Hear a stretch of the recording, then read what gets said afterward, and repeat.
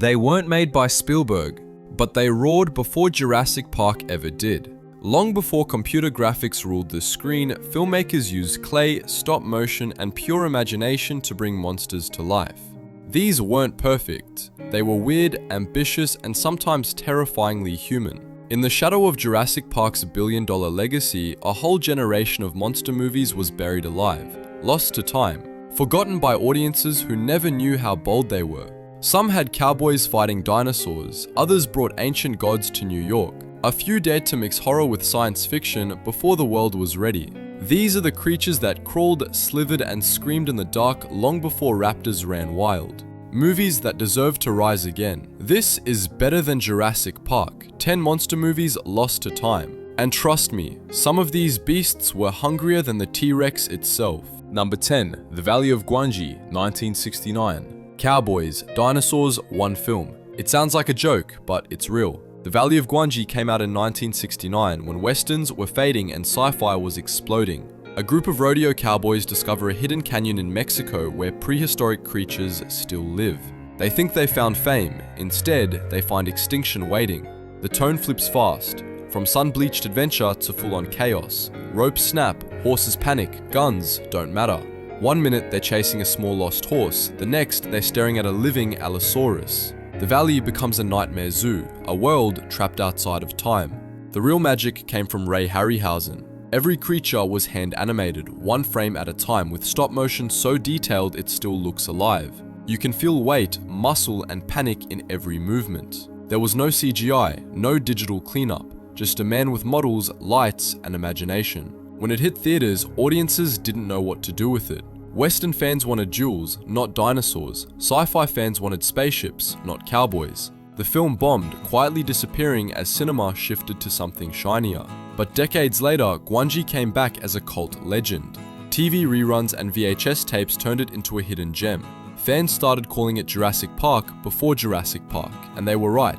The DNA was there all along. It's more than a weird mix of genres, it's a tribute to human curiosity, that stubborn dream of discovering something ancient and alive. Gwangi showed that imagination could outlive technology. You can still see the dust, the sweat, the fear, and that final showdown, a cowboy lassoing a dinosaur inside a cathedral, remains one of the wildest scenes ever filmed. If Jurassic Park showed what computers could do, Gwangi showed what passion could. It's messy, handmade, and unforgettable. And if cowboys fighting dinosaurs already feels insane, the next monster takes that madness to the sky and lands right on top of the Chrysler Building. Number 9. Q. The Winged Serpent, 1982. A giant flying serpent, loose above Manhattan, and nobody believes it's real. That's Q, The Winged Serpent, one of the strangest monster movies ever made. Released in 1982, directed by Larry Cohen, a filmmaker famous for turning chaos into cinema. He shot fast, cheap, and without permission. Half the movie was filmed guerrilla style on real rooftops with real helicopters circling the Chrysler Building. The story is pure madness. An Aztec god named Quetzalcoatl returns to feed on the city that forgot him. Detectives chase strange murders across New York, victims missing their heads, drained of blood. Meanwhile, a small-time crook named Jimmy Quinn accidentally finds the creature's nest at the top of the Chrysler Building and decides to make a deal with the cops for fame and fortune. No one in the film feels like a hero. Everyone's desperate. The city feels alive, loud, dirty, unpredictable. Cohen captured real 1980s New York. Not the postcard version, but the chaos. Steam vents, sirens, sweat, and crime. The monster feels like it belongs there. Michael Moriarty steals the show as Quinn. He's nervous, talkative, pathetic, but somehow likable. His scenes with the cops add humor and tension, grounding the insanity around him. The creature itself is stop-motion magic. Handmade wings flapping against the skyline. It's not perfect, but it's hypnotic. When it dives through the clouds or circles the Empire State Building, it feels like a myth crashing into reality. Critics didn't know what to do with Q. Some called it genius, others said it was garbage, but years later it became a cult hit. The kind of movie people whisper about at midnight screenings. It's punk filmmaking. It's weird, loud, messy, and unforgettable. No studio polish, just vision. Larry Cohen didn't try to make a blockbuster. He made New York itself the monster. And in his chaos, there's beauty. Because sometimes the scariest thing isn't the creature in the sky. it's the city that never looks up. And if a winged god terrorizing Manhattan feels extreme, the next monster crawled straight out of nuclear fire and gave birth to the entire age of atomic horror. Number 8. The Beast from 20,000 Fathoms, 1953.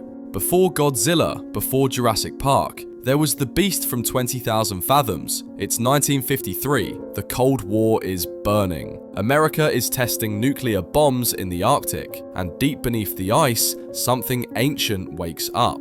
A massive prehistoric reptile, frozen for millions of years, breaks free after an atomic blast. It rises from the ocean unstoppable, heading straight for New York City. No one can explain it, no one can stop it. This was the first movie to connect nuclear fear with giant monsters, and it hit audiences like an explosion. They weren't just watching destruction, they were watching their own nightmares come alive. The creature was brought to life by Ray Harryhausen. Every frame was animated by hand, no computers, no shortcuts. He gave the beast a strange sadness, almost human. It wasn't evil, it was lost, confused, and dying in a world that no longer belonged to it. The film's visuals were revolutionary. The monster tearing through Manhattan, crushing buildings, attacking a lighthouse, it all felt real. People screamed in theaters. Critics called it terrifyingly prophetic. A year later, Japan made Godzilla,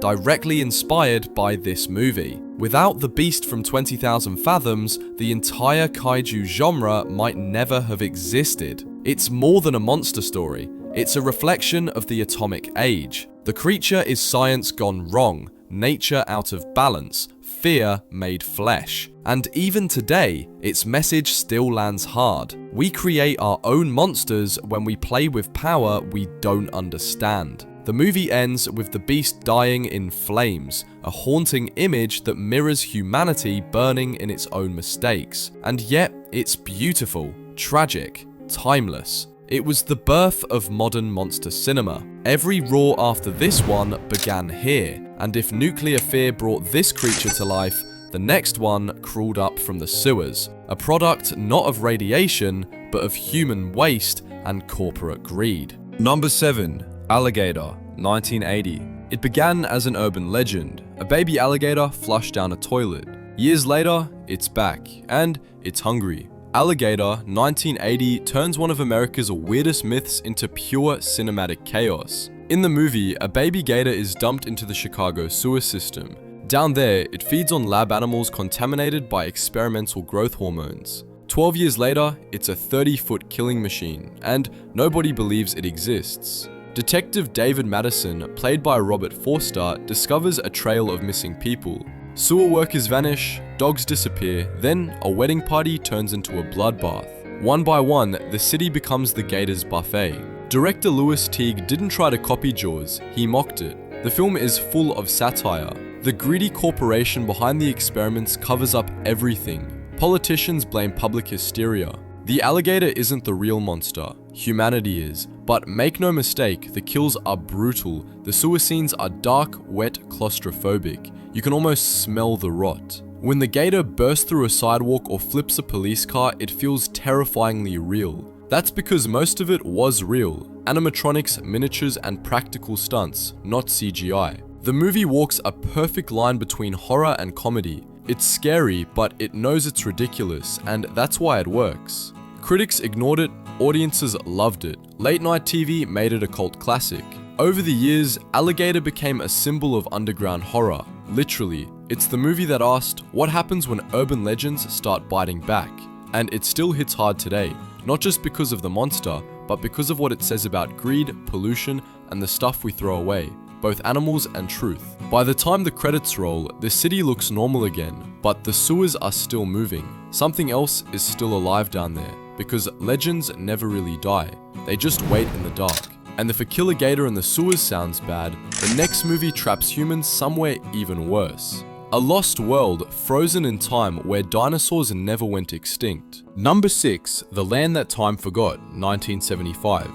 A submarine, a lost continent, and dinosaurs that never died. The Land That Time Forgot is a throwback to pure pulp adventure.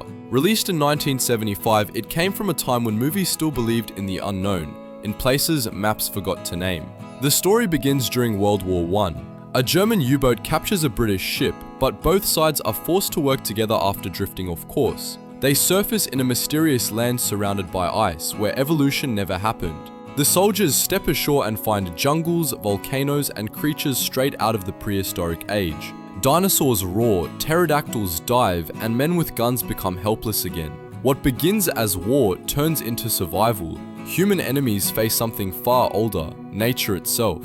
Directed by Kevin Connor and based on the novel by Edgar Rice Burroughs, it's a movie full of wonder. The effects are charmingly practical. Models, matte paintings, rubber monsters, and yet the illusion works. It feels like an illustrated storybook come to life. What makes it special isn't just the dinosaurs, it's the mood. There's loneliness, beauty, and mystery in every frame. The movie asks, if you found a world untouched by man, would you explore it or destroy it? The characters fight both nature and themselves. By the end, they realize survival doesn't mean escape, it means acceptance. The land doesn't forget, and it doesn't forgive.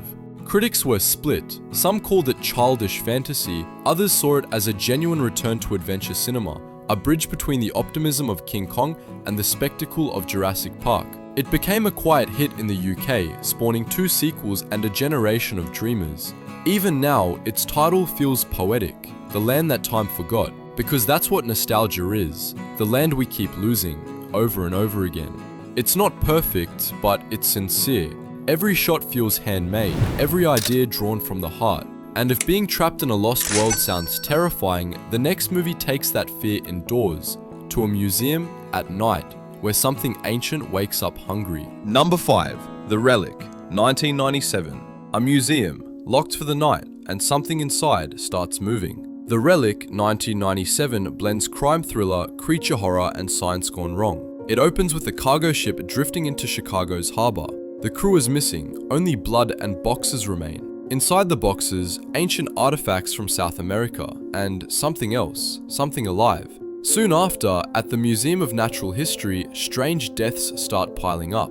Victims found headless, bodies drained. Detective Vincent D'Agosta, played by Tom Sizemore, teams up with biologist Dr. Margot Green, played by Penelope Ann Miller, to solve the mystery. They discover a nightmare, a mutated creature born from tribal rituals and genetic tampering, part human, part animal, all predator. Director Peter Hyams shot the film like a gothic crime story, dark corridors, red emergency lights, wet marble floors. It's claustrophobic, sweaty, and fast. Every shadow could hide teeth. The creature design came from Stan Winston's studio, the same team behind Aliens and Predator. Its head is massive, its eyes glow like molten gold, its jaw splits open like a nightmare flower. You don't just see it, you feel it breathing. When the museum locks down for a gala, the movie turns into chaos. Lights go out, guests panic, security fails. The monster hunts through exhibits of extinct life. A perfect metaphor, science showing off evolution while evolution bites back. Critics didn't love it. They called it too dark, too loud, but fans did. It became a late 90s cult favorite, the kind of movie you find on cable at midnight and can't turn off. It's smart, stylish, and underrated. Part monster flick, part police procedural, and completely overlooked in the shadow of Jurassic Park. But here's the truth, The Relic did more with one museum than most blockbusters do with whole planets. It reminded us that curiosity can kill, and sometimes it eats your head. And if being trapped in a museum with a monster sounds bad, the next film locks you somewhere worse. In the middle of the ocean, with nowhere to run and nowhere to hide. Number 4. Deep Rising, 1998. A luxury cruise ship in the middle of the ocean. Music, champagne, diamonds, and underneath, something waits. Deep Rising 1998 opens like an action movie and ends like a nightmare. A team of mercenaries hijacks a massive cruise liner to rob it. But when they get on board, everyone's gone. No bodies, just blood everywhere. They think they're alone. They're wrong. From the flooded lower decks, something slivers. A creature older than the ocean itself. A massive tentacled predator that hunts by sound. It wraps, crushes, and eats people alive. Not all at once, it dissolves them from the inside out. Directed by Stephen Sommers years before he made The Mummy, Deep Rising mixes horror, adventure, and dark humor. It's part Aliens, part Poseidon adventure with a dash of sarcasm. Treat Williams plays Finnegan, a wisecracking smuggler trying to survive. Famke Janssen, before X-Men, plays a thief who's tougher than everyone else. The chemistry between them keeps the tension fun, even when half the cast gets eaten. The creature effects still hold up, half practical, half CGI, and all disgusting. You don't just see it, you hear it. Wet, fast, unstoppable. When it pulls a man through a toilet pipe, you realize this movie means business.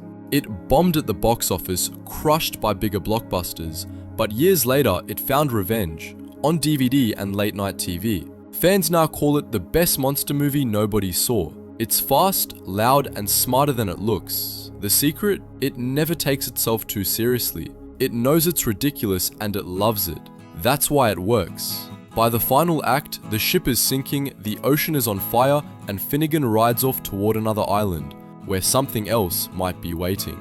Deep Rising proved you don't need Jurassic Park money to make monsters fun. Just timing, guts, and a lot of slime. And if the ocean feels dangerous, the next monster crawls from the desert, born in dust, silence, and the fear of what moves underground. Number 3. Tremors, 1990.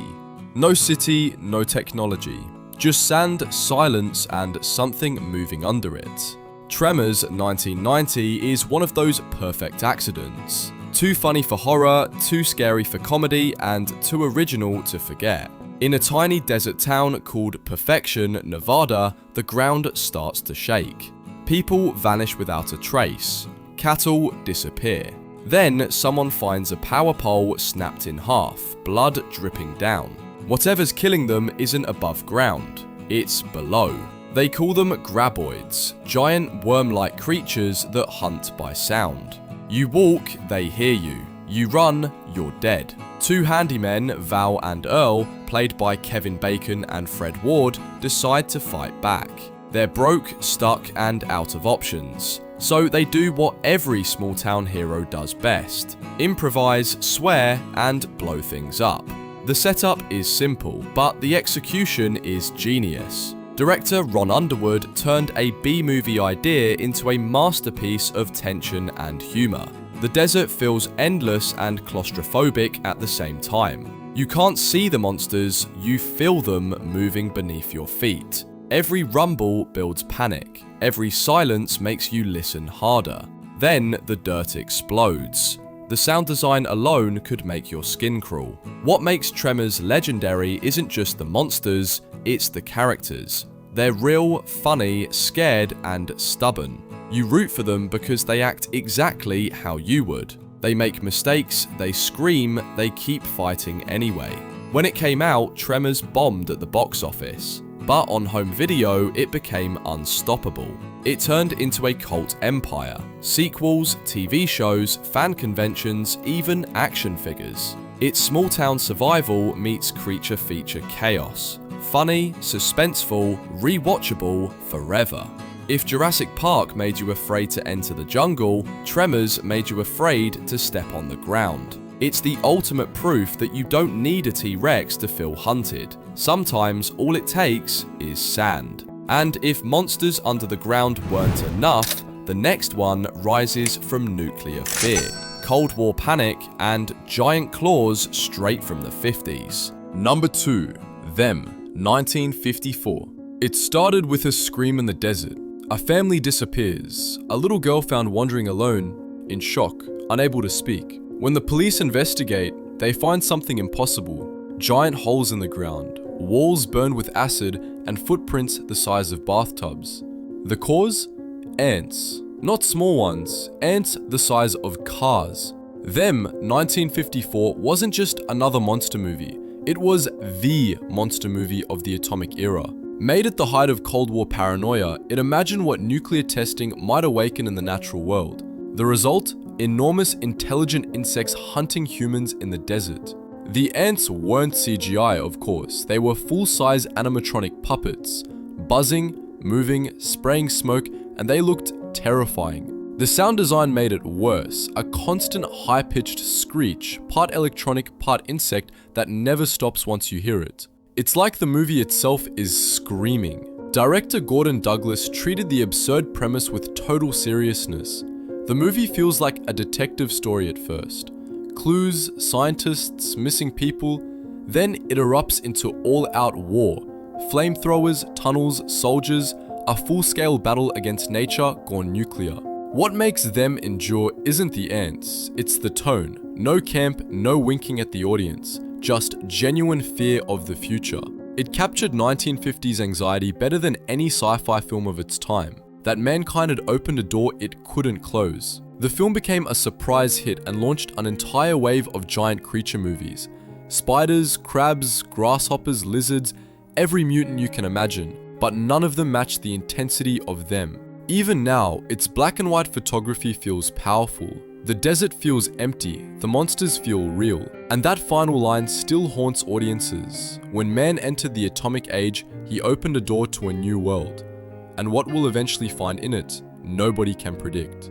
Them wasn't just about monsters, it was about us, our fear, our pride, and the cost of our progress. And if radiation could turn ants into giants, the next monster proves something even stranger.